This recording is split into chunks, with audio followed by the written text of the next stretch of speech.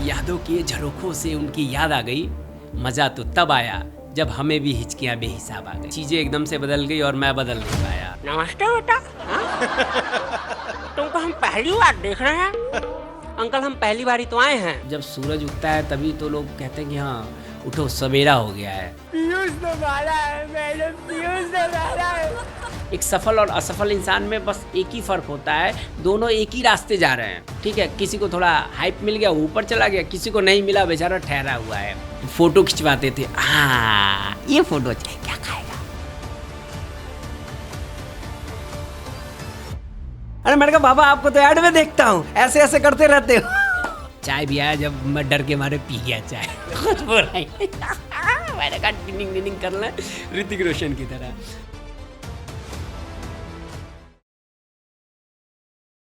नमस्ते, मैं हूं दिग्विजय। आप देख रहे हैं न्यूज़ पथ। कई बार कुछ ऐसे कॉमेडियंस या कुछ ऐसी कहानियां आपके आसपास से गुजरती हैं जो हमेशा आपको याद रहती हैं, है कि नहीं? और कई बार होता क्या है कि उन कहानियों के बारे में जब आप सोचते हैं तो वो बंदा अपने आप याद आ जाता है। हमारे पास एक ऐसा ही खास बहुत प्यारा बंदा हमारे साथ मौजूद है। उनको मैं बहुत लंबे अरसे से जानता हूँ और उनके कॉमिक अंदाज का फैन हूँ। उनको बहुत सुना है और बहुत हंसा भी हूँ। बहुत बहुत स्वागत है आपका पीयूष, बहुत बहुत स्वागत है। धन्यवाद पीयूष, मुझको जो याद है ये वो शख्स हैं जिनको आपने लाफ्टर चैलेंज जैसे तमाम लाफ्टर शोज़ में देखा होगा। ये भोजपुरी इंडस्ट्री के कई ऐसे शोज़ हुए हैं जहाँ पे आपने अपना परचम लहराया। मैं उन सारी चीज़ों के पास भी जाऊँगा, सब कुछ करूँगा। मुझे एक चीज़ सबसे पहले पूछनी है, आजकल आप कहाँ गायब चल रहे हैं? मतलब जो लोग आपको 2012, 14, 15 में देखते थे, आनंद लेते थे, वो ढूंढते होंगे कभी? मुझे लगता है क्योंकि हिचकियाँ बेहिसाब आती हैं। तो अभी जो है पीयूष क्या प्लानिंग कर रहे हैं आजकल? तो एक बात याद आई कि कल यादों के झरोखों से उनकी याद आ गई। कहा कल यादों के झरोखों से उनकी याद आ गई। मज़ा तो तब आया जब हमें भी हिचकियाँ बेहिसाब आ गई। हाँ, क्या बात है, क्या बात है। तो आजकल क्या तैयारी चल रही है? अब कुछ अलग तैयारी चल रही है, पता नहीं मैं भीड़ में खो सा गया था क्योंकि चीज़ें एकदम से बदल गई और मैं बदल नहीं पाया। और मुझे बहुत बाद में पता चला कि बदलते वक्त में खुद को बदलना बहुत ही ज़रूरी है, जो कि शायद मैं नहीं कर पाया। इसलिए मैं थोड़ा सा समझ सकते हैं कि मुझको याद आता है कि आपने ना कई बार आपने दर्शकों को मैं एक बार बताऊं, कई बार आपने सुना होगा कि मुंबई में सड़क पे चल रहे हैं, अचानक जो है उसको निर्देशक मिल गया और उसने कहा यार ये तो स्टार मटेरियल, इसको स्टार बना देते हैं, है ना? तो होता है ये, ऐसा सुना था कि 90 के दशक में होता था। आपके साथ भी एक ऐसा ही वाकया हुआ था। आप सड़क पे चल रहे थे, अचानक कोई ऐसा मिला जिसने आपको एक ऐसी शख्सियत से मिलवाया था जिसके बाद वो मतलब उन्होंने आपके टैलेंट को, आपको बड़ा कद्र किया, बहुत नवाजा। मैं बात कर रहा हूँ MDH के ओनर की बात कर रहा हूँ, उस शख्स की जिनका हम सब बहुत इज्जत से नाम लेते हैं क्योंकि उन्होंने फर्स्ट से अर्श तक का जो सफ़र तय किया था, महाशय धर्मपाल जी ने। कैसे उनसे आप कैसे मिल गए थे? मुझे एक कहानी याद है। मैं पहले छोटा था, 20-21 साल का था, तो मैं नोएडा में आता था कई बार कि यहाँ कुछ फिल्मों का काम मिले। तो उस दौरान ब्रह्मा स्टूडियो चलता था, तो वहाँ पे गया तो एक जगह मैं बैठ गया, तो एक कैमरा मैन आए, कह रहे हैं आप कैसे आए हो? तो मैंने कहा, एक शख्स ने कहा यहाँ बैठ जाओ, तो उन्होंने मुझे बाहर निकाल दिया। बड़ा बुरा सा लगा। मैंने कहा यार एक इसी के बराबर का कोई बड़ा कैमरामैन रहेगा जो कल को मेरी वीडियो बनाएगा। मैं कोई तब उस टाइम कुछ भी नहीं था। तो वहाँ से ना एक बार एक टीम ना कनॉट प्लेस जा रही थी, तो मैंने कहा भैया कहाँ जा रहे हो? क्योंकि पैसे वगैरह होते नहीं थे, नोएडा आना दूर की कौड़ी थी, मेट्रो वगैरह कुछ भी नहीं था। तो उन्होंने कहा कि हम ना कनॉट प्लेस जा रहे हैं। मैंने कहा भैया आपके साथ चल लूँ? तो उस शख्स का लास्ट तक रोला। मैं न्यूज़ मीडिया में भी आया तो उस शख्स ने भी बड़ा योगदान दिया। वो शख्स बहुत अच्छा इंसान है और आप भी जानते हैं उसको। तो उस शख्स मुझे एक ले गया, डब्बू जी महाराज, ब्लाइंड एस्ट्रोलॉजर है, और उनके पास ले गया तो मेरा परिचय भी उसने एक चैनल के उससे करवाया। तो ETV के माध्यम से करवाया उसने, और उनका इंटरव्यू ले रहा था। तो मैं ऐसे ही वहाँ जाता था, तो ऐसे ही चल रहा था, तो एक बंदा ना अचानक मुझे मिला, कह रहा कि तुम उनके यहाँ बैठते हो? मैंने कहा कभी कभी आ जाता हूँ। मतलब ये घटना घट गई 3-4 महीने के बाद, पहली बार ही नहीं, 4-5 महीने के बाद वो शख्स टकराया। तो मैंने कहा हाँ जी बैठता हूँ। कह रहा इधर आओ, क्या हो तुम? मैं कुछ नहीं जी, मैं एक्टर बनना चाहता हूँ। डर सा गया, तो इसके पास क्यों आते हो, ये तो फ्रॉड आदमी है, फलाना, बहुत सारी चीज़ें बोला। तो मैंने कहा जी पता नहीं। कह रहा ऐसा, आओ चलो तुम्हें एक जगह मिलवाता हूँ। एक बहुत बड़े शख्स, नहीं बिल्कुल नहीं जानता था। मेरा ना उससे दूर दूर से कोई इतना बड़ा भी रिश्ता नहीं था, ना इतना बड़ा रिश्ता था। कहते ना तूने मुझे पहचाना नहीं, जाना मैं कोई अनजाना नहीं। तो वो राजू चाचा वाली बात याद आ गई, वो मेरा चाचा बन के आ गया। तो अब उस शख्स का भी बड़ा योगदान रहा। वो शख्स बड़ा मतलब वो डिप्लोमेट टाइप का था। मतलब वो कैसे किसको शातिर तरीके से चूना लगाना, उससे बेहतर कोई नहीं जानता था। लेकिन सब आदमी सबके लिए बुरा नहीं होता है। तो मैं एक टी-शर्ट पहना था, दाढ़ी ऐसे बढ़ी हुई थी, 20-21 साल का था मैं। तो उसने कहा चलो। अब अच्छा, बेचारे ने किराया भी अपनी जेब से लगाया, वहाँ से रिक्शा भी लिया, कीर्ति नगर गया, ऊपर गया। तो मैं डर रहा था भाई, छोटा बालक जो बहुत चीज़ नहीं जानता। मैंने कहा कहाँ, वहाँ देखा महाशय जी को। मैंने कहा नहीं ये तो बाबा उसमें आते हैं, ऐड में आते हैं। कह रहा चुप चुप चुप चुप। उसका सामने गया तो मैंने देखा, पैर छुआ। मैंने कहा बाबा आपको तो ऐड में देखता हूँ, ऐसे ऐसे करते रहते हो। वहाँ से पहले तो झुकाए। अच्छा, वो नाक से बोलते थे महाशय जी, तो उनको समझने में मुझे उनकी लैंग्वेज 4-5 महीने लग गया। तो वो फिर उन्होंने पीठ पे 5 घुस ऐसे मारा, ठप ठप ठप। तो मुझे, मैंने कहा ये दर्द हो रहा है, छोटा ही था। तो एक ने बोला नहीं ये आशीर्वाद देते हैं। मैंने कहा आशीर्वाद देते हैं? मैंने कहा जब तो दे दो, कोई बात नहीं है। उसके बाद बैठा, कह रहा क्या करते हो? अच्छा, उस वक्त ना मैं अपने भाई के साथ ना साबुन सरफ की सप्लाई करता था दुकानों पे जाके, साइकिल से बीड़ी गुटखा सिगरेट की हम लोग सप्लाई करते थे। हालांकि मेरे पिताजी गवर्नमेंट ऑफिसर थे, 1971 का वार भी लड़ा हुआ है। लेकिन मेरे भाई के हिस्से में एक थोड़ी बेरोजगारी आ गई, कोई शादी भी थी। तो हम लोगों ने क्या किया कि अपना ही काम खोलने शुरू किया। हमने कहा अपना ही काम करेंगे, इसमें क्या शर्म है अगर। तो मैंने कहा जी ये काम करता हूँ। कह रहा पढ़ रहे हो? मैंने कहा अभी ना वो क्या नाम है, मास कम्युनिकेशन की तैयारी कर रहा हूँ। गलती से निकल गया एक्टर के बदले मास कम्युनिकेशन की। तो उन्होंने कहा आज से मैं तुम्हें पैसा दूंगा पढ़ने के लिए। मैं उनकी बात नहीं समझ रहा था, कन्वर्टर जो थे। तो मैंने कहा मैं नहीं लूँगा आपसे पैसा। डर के सा गया ना, बच्चा भी था। तो मैंने कहा मैं आपसे पैसा नहीं ले सकता। कह रहे पैसा नहीं ले सकता, क्यों? मैंने कहा बस ऐसे ही। मैं पापा ने मना किया किसी पैसे उससे मत लेना। अच्छा, मैं किसी से लेता भी नहीं था। मेरी एक आदत भी रहती थी कि रिश्तेदार आते थे 10-20 रुपये देते थे तो रखता था, मैं खर्च नहीं करता था। वही पैसे इधर उधर जाता था तो काम कर लेता था। अच्छा, मैं चेस का भी प्लेयर था, तो कभी कभी ट्यूशन पढ़ाता था तो कुछ पैसे आ जाते थे, ज़्यादा नहीं, उस टाइम 150 रुपये मिलते थे पर क्लास के। तो मैंने कहा, कह रहा अगर एक बात, तेरा बाप अगर पैसे देता तो लेता नहीं? तो कन्वर्टर ही बताया कि ये बोल रहा है। मैंने कहा हाँ जी लेता मैं। कह रहा मैं तेरा बाप हूँ। और उनका लाजवाब महाशय धर्मपाल जी महाराज का ये अंदाज, प्रणाम करता हूँ मैं उनको। तो वो अंदाज मुझे बड़ा अच्छा लगा। उसके बाद जो कन्वर्टर थे और जो सतीश जैन जी मुझे ले गए थे, जो भाई साहब थे, उनका भी बड़ा अच्छा रोल रहा मेरे जीवन में। तो वो मुझे ले गए, तो उन्होंने कहा नहीं रख ले, आशीर्वाद है। उसके बाद क्या हुआ कि मैं बैठा रहा, मुझे शरबत वरबत आए। अच्छा, मैं चाय पीता नहीं था, चाय भी आया जब मैं डर के मारे पी गया चाय। कुछ बोला ही मैंने कहा टिनिंग कर लें ऋतिक रोशन की तरह। तो क्या हुआ कि एक ना जो हल्दी वल्दी लगा हुआ एक मजदूर आया और उनसे बोला पिताजी ये काम करना है। तो अब बताइए वहाँ मेरी सोच क्या गई। मैंने कहा लगता है ये इनका लड़का पढ़ा लिखा नहीं होगा, तो ये फैक्ट्री में मजदूरी कर रहा होगा। बाद में पता चला कि उनको सभी लोग पिताजी ही कहते हैं। तो ये रोचक, और मुझे कई जगह ले गए, उनका बड़ा योगदान। मैं जिस आज तक महंगी, मुझे ना गाड़ियों के 2-4 के अगर नाम पूछेंगे तो 2 ही 3 गाड़ियों के नाम पता रहेगा, मारुति, अम्बेसडर और एक जो स्विफ्ट और थार हो रही है जो अभी ट्रेंडिंग में चल रहा, वो भी यूट्यूब की वजह से, सोशल मीडिया की वजह से गाड़ियों के नाम याद है। न तो मुझे गाड़ियों के नाम याद नहीं थे। वो इतनी महंगी गाड़ियों में अपने बगल में बैठा के ले जाते थे।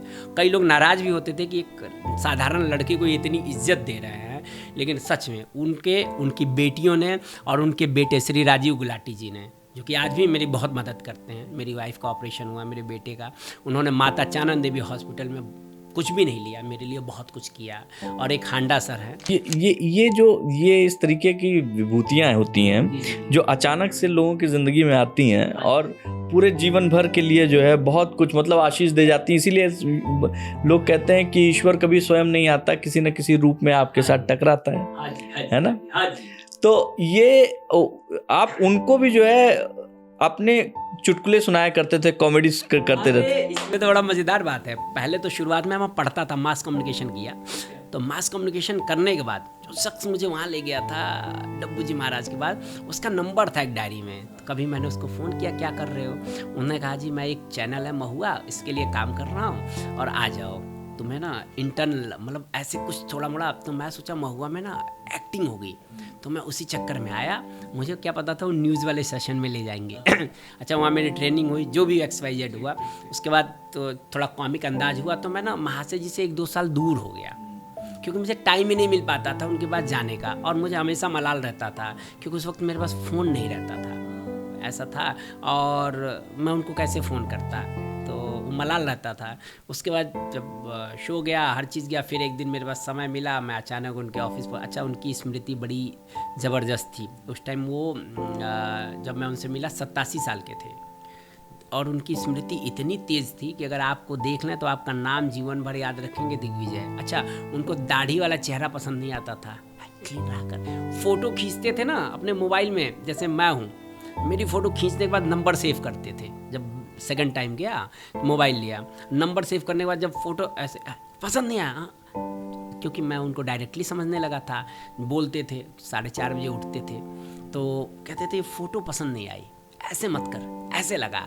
फिर फ़ोटो खिंचवाते थे, हाँ ये फ़ोटो क्या खाएगा, ऐसे बोलते थे, धीरे बोलते, क्या खाएगा। मैं महाशय जी कुछ नहीं। अच्छा, कभी कभी क्या होता था, जेब से कुछ पैसे भी निकाल के दे देते थे। वो बड़े दयालु थे, मतलब ऐसा। और उनका ख़ानदान भी बड़ा दयालु है, उनके बेटे श्री राजीव गुलाटी, उनकी बेटियां, सभी लोग बड़े दयालु। और मेरे चुटकुलों का बहुत आनंद लेते थे। तो चुटकुलों की बात कर रहे हैं ना, वो क्या करते थे, शाम को ना नेहरू पार्क घूमने जाते थे।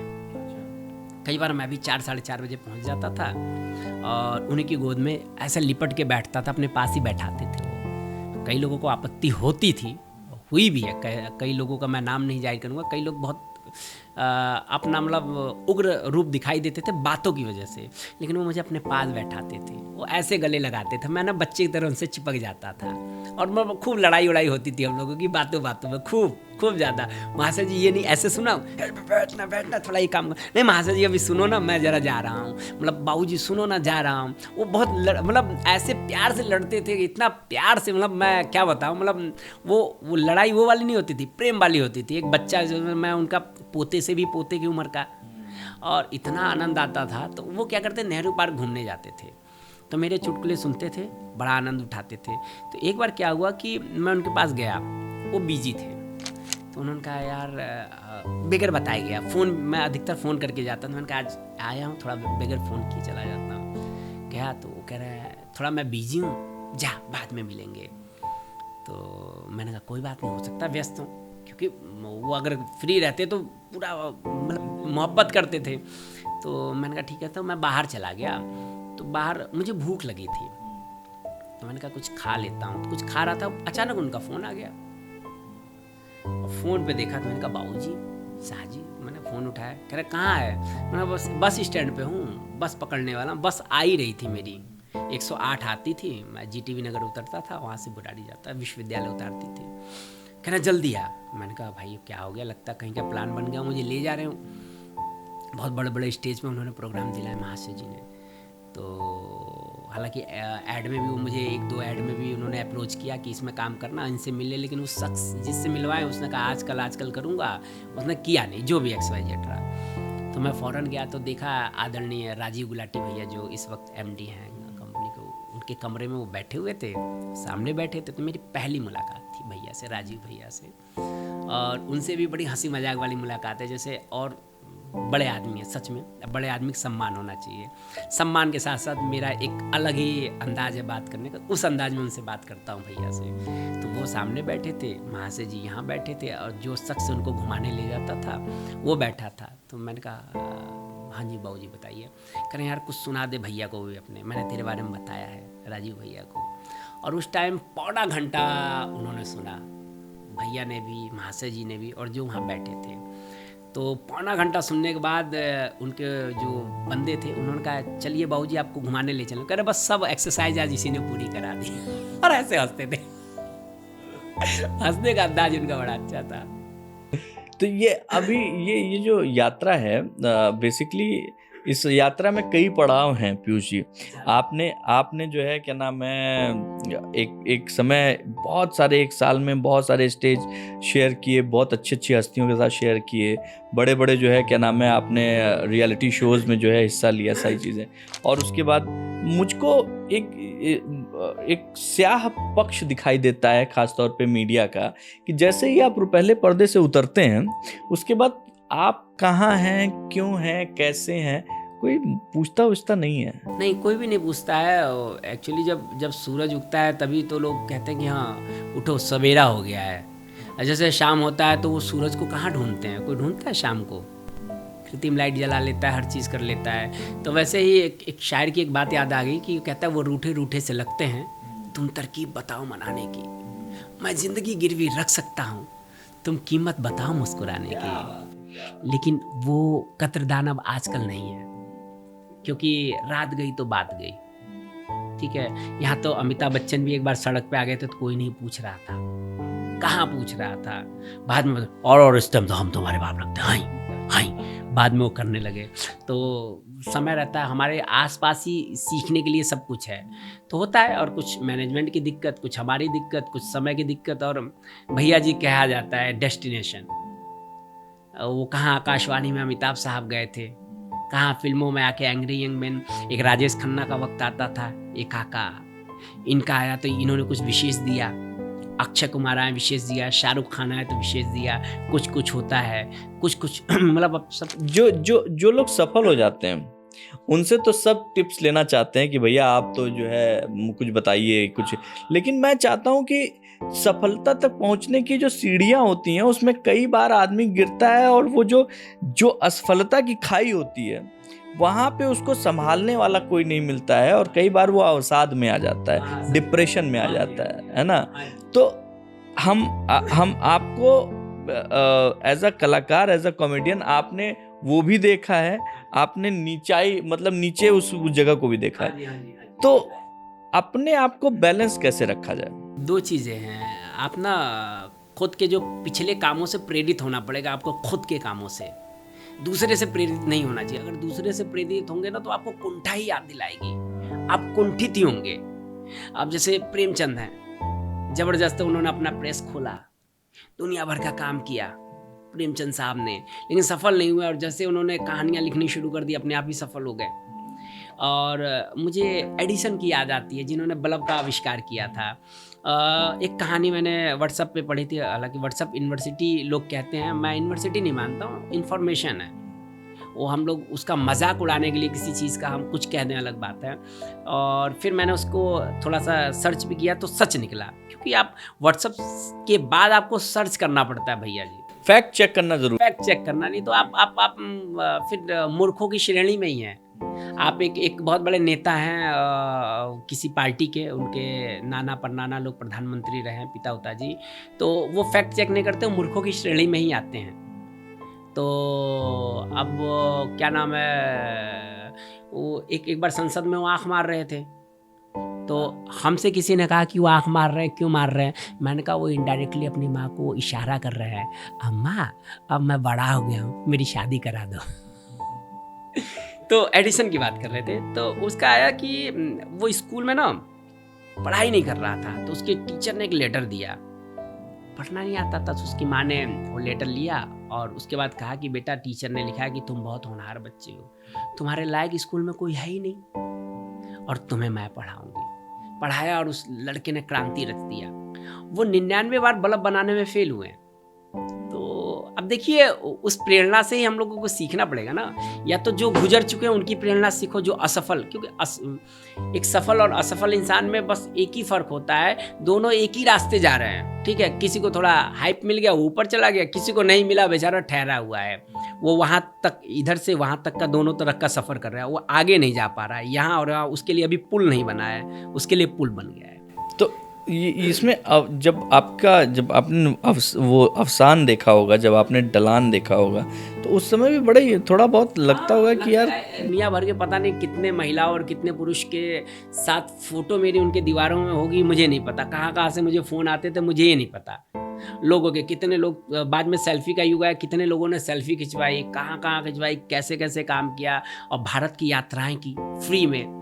कभी मैं सेकंड एसी फर्स्ट एसी नहीं देखा था, एक साधारण सा आदमी। लाफ्टर ने मुझे सब कुछ दिया, फर्स्ट एसी, बड़ा 5 स्टार होटल में रहने को दिया, क्या दिया। तो एक तरह से इंजॉय आदमी करता है ना। फिर वो अवसाद आता है। फिर जैसे एडिसन से पूछा कि 99 तरीके से आप फेल हो गए, कह रहा नहीं, मैंने 99 ऐसे रास्ते ढूंढे जिससे मुझे पता चला बल्ब नहीं बन सकता। तो शायद अभी 99 मेरा आया नहीं है। चलिए, उम्मीद करता हूँ कि 99 आपका आए, क्योंकि हम लोग जिस मिट्टी के बने हुए हैं, उस मिट्टी के लोग जो है जल्दी हार मानते नहीं हैं। और कोशिश यही है, उम्मीद यही करता हूँ कि नेक्स्ट टाइम जब हम लोग बैठेंगे तो हम पीयूष का वो वाला रूप देखना चाहेंगे जो 2010-2011 में हमने देखा था, और 13 तक का वाला। 14-15 तक था थोड़ा तक। एक शेर इस पे लिखा था कि मैंने लिखा था, कहानियां लिखनी हो तो लिखो अपनी अपनी, कहानियां लिखनी हो तो लिखो अपनी अपनी, ताकि खुद भी कोई किरदार निभा सके। वाह वाह, बिल्कुल। बहुत बहुत शुक्रिया पीयूष भाई, इतना समय देने के लिए हम लोग को बहुत शुक्रिया। Digvijay sir, thank you so much.